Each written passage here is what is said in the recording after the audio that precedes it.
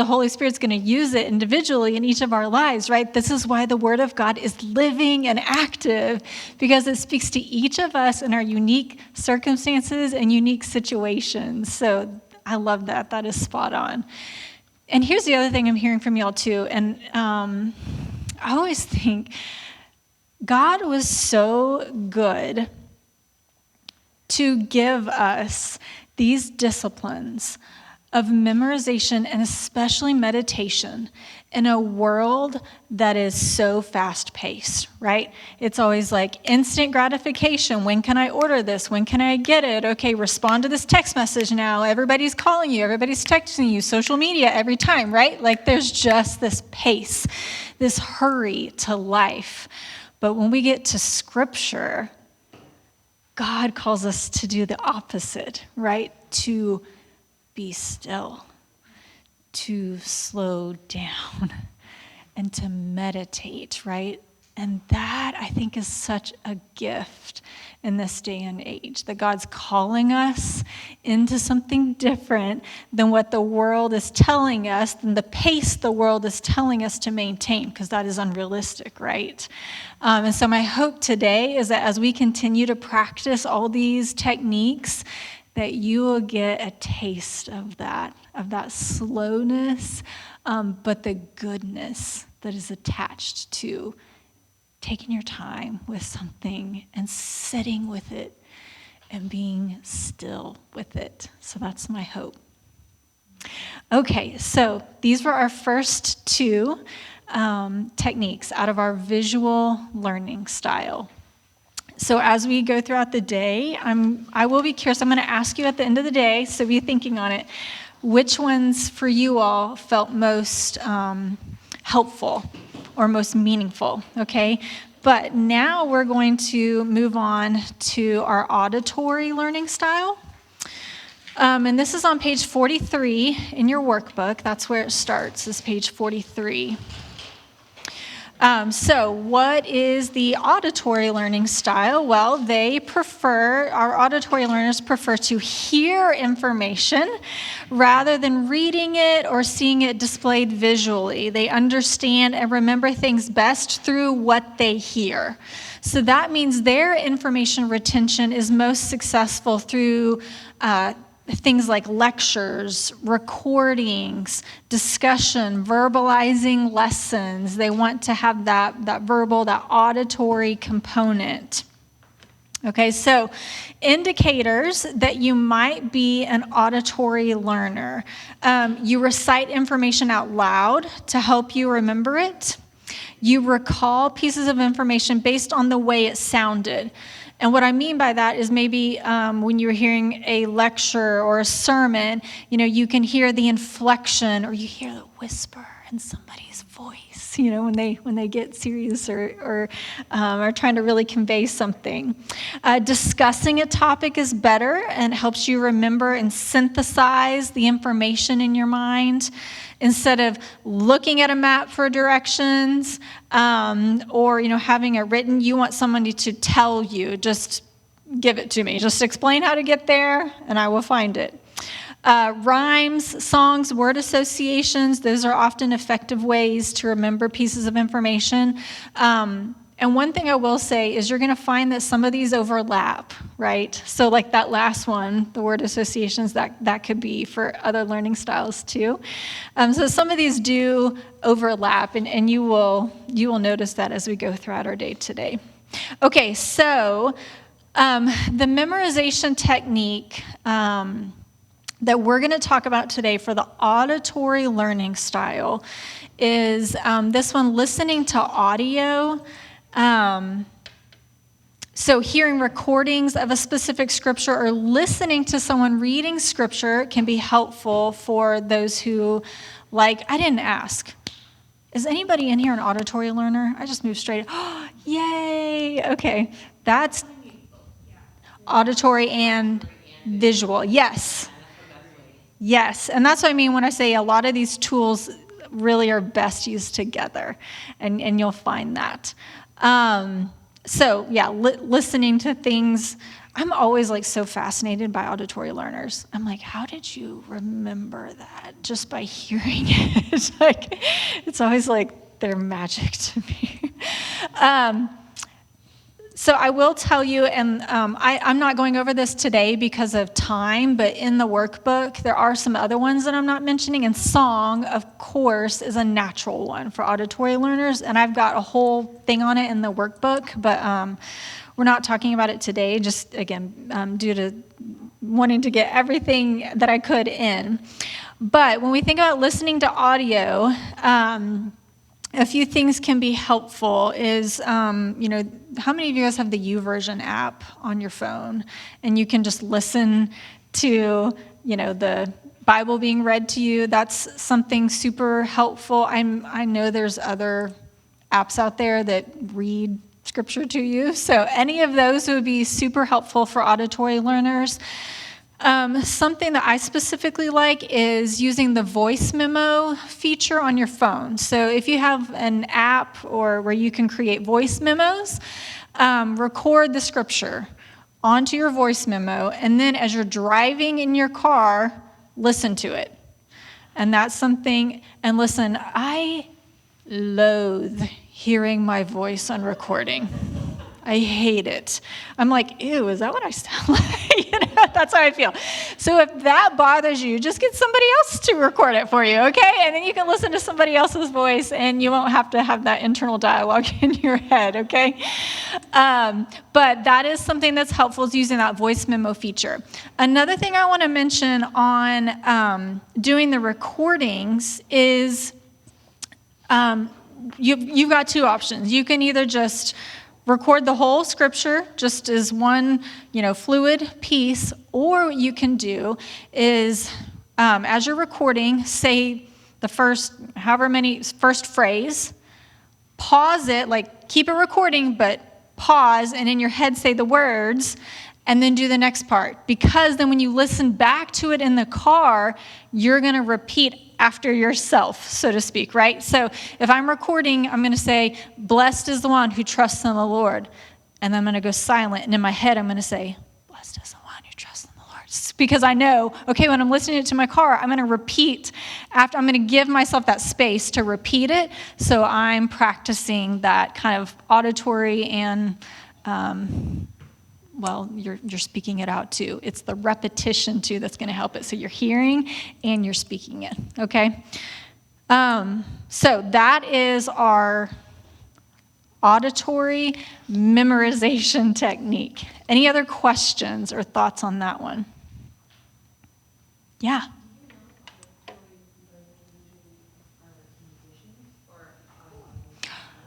Oh, that's a good question. If auditory learners are more musicians, I don't know the answer to that, but that is a fascinating. I guess I can ask all my musicians. Are you? I was about to ask you. Are you? Well, I do like music. I'm not. Yeah. Yeah. Say that again. Yeah. That's good. Well, if there's a song, I'll memorize it within maybe 3 times of hearing it. Oh wow. Man. That's fascinating. I had never thought about that before, especially the thought of like playing by ear and things like that. Yeah. I saw that you have the Daily Worship, and I just found another one. It's called the Corner Room. Oh, okay. Mom's right in the Corner Room. It's ESV scripture put to music, and since they're very musical in our family, like I can be like, yeah, that's good. Like that's really, it's not cheesy. Yes. What I mean? Yes. Stuff. It's true. Corner Room. The corner room. Okay. I'm going to have to. King things. Is that right? There's another one that's really good. The corner room. Scripture for the years. I can't talk. For CC, they've had our yearly scripture, and they have great songs, and it's great music too. But yeah, Seeds of Courage. Christiana and I can verify that the Seeds Family Worship, you'll learn every verse, and you'll start reading verses, and you'll hear the song, and you'll start singing the song. Yeah, exactly. I know. Song is powerful, right? It's a huge one. It's very powerful. Okay, so then let's talk about our meditation technique for our auditory learners. So this is called the auditory emphasis reading. So this is emphasizing each word in a verse of Scripture as you read it, can help you ponder and consider the Scripture. This is also the act of repetition, which helps commit the Scripture to memory, okay? So if you guys in your workbooks will flip to pages 48, we'll kind of be in 48 through 50 a little bit.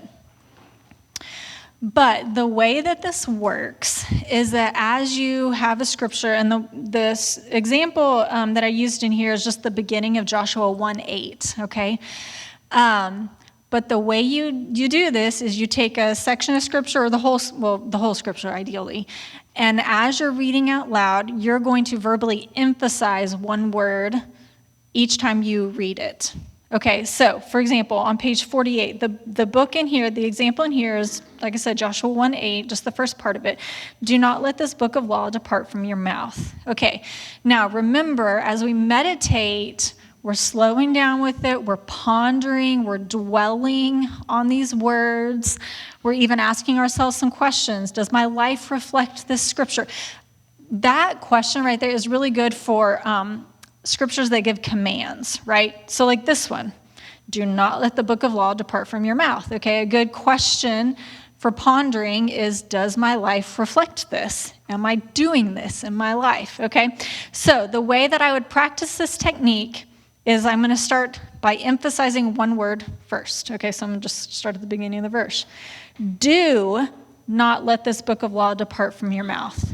Okay, so I'm going to pause for a second and say, okay, what is doing in this verse, right? What is this word talking about? Well, it's an immediate action verb, like right out of the gate. So I know that this scripture is going to command some type of action. And this word is going to lay out what the rest of the scripture is going to tell me to do or not do, right? Okay, so the next word, do not let this book of law depart from your mouth. When I read it like that, do you know what I flash back to? My parents when I was a child. Do not run into the street, right? Like they're giving me these commands, like do not do that. Okay, well, why would my parents be telling me not to do something? Like run into the street. Yes, because they're trying to protect me, right? Yes, they're trying to warn me of danger. Do not do this, okay? So is this what's about to happen? Is God about to lay something out in front of me? There's like a protection thing, all right? So now I got to keep reading to figure out what all is happening, okay? Do not let this book of law depart from your mouth. Okay, that word let is interesting. What does let imply? Yeah, there's a choice there, right? Let. Okay, it is, an allowance. Do not let this book, okay? So I have a choice in what's about to happen, okay? Do not let this book of law depart from your mouth. So why is this important? What? Yes, it's getting specific. Exactly, that's right. It's telling us this book, these words, right?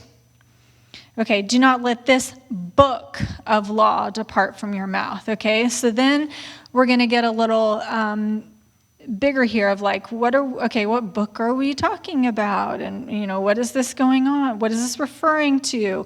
And so to your point earlier, what is your name? I'm sorry. Robin. Okay, Robin, to your point earlier about when you were saying like the mind mapping and you felt maybe like not confident about, how do I know that what I'm thinking might be right or wrong, right? Well, some of it is just going to be based on what the Holy Spirit is, how he's leading, how he might be convicting. But other times, like we need to study it, right? So we're going to pull up commentaries. We're going to look in study Bibles to find out exactly what all is this referring to, right? So we've got lots of good resources that can help us with the meditating part, okay? But that is how this technique works. for the meditation part for our auditory learners. Okay, you're going to go through and you're going to emphasize individual words, and as you do it, you're going to talk about it. What does this mean? What is this telling me? Why is this word important? Okay, so this is another one of our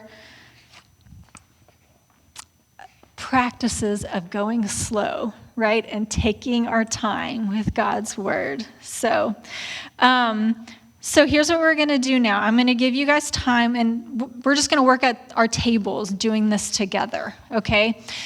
Let me see. Okay, we're going to take probably about 12-ish minutes to do this. And so let's do this first. While you guys I want you all to practice the auditory emphasis reading first in your groups. And then after you've done a few of those words, like practiced it with Jeremiah 17, then if you want to, I'd love for you to record like your voice memo of Jeremiah 17, 7 through 8. Again, none of these things are mandatory, okay? So you just do whatever you want to at your tables. But I would love for you guys to start with that auditory emphasis reading first. And then if you have time and want to, maybe if you want to swap phones with your partner and say, hey, will you record Jeremiah 17 for me so I don't have to listen to my own voice? You guys can do that. I don't know. I mean, I used to say this all the time, and I don't know if it's like super old school with the technology, but like, I don't know if everybody has a voice. Does everybody have like voice memo apps? Because if you don't, my other thought was like just call and leave a voicemail for for yourself. So you just got it on voicemail, right? So there you go. There's your other option. So all right. Well, I'm going to have Brandon turn on the music, and then we're going to take a few minutes to practice this auditory emphasis reading. So just do it at your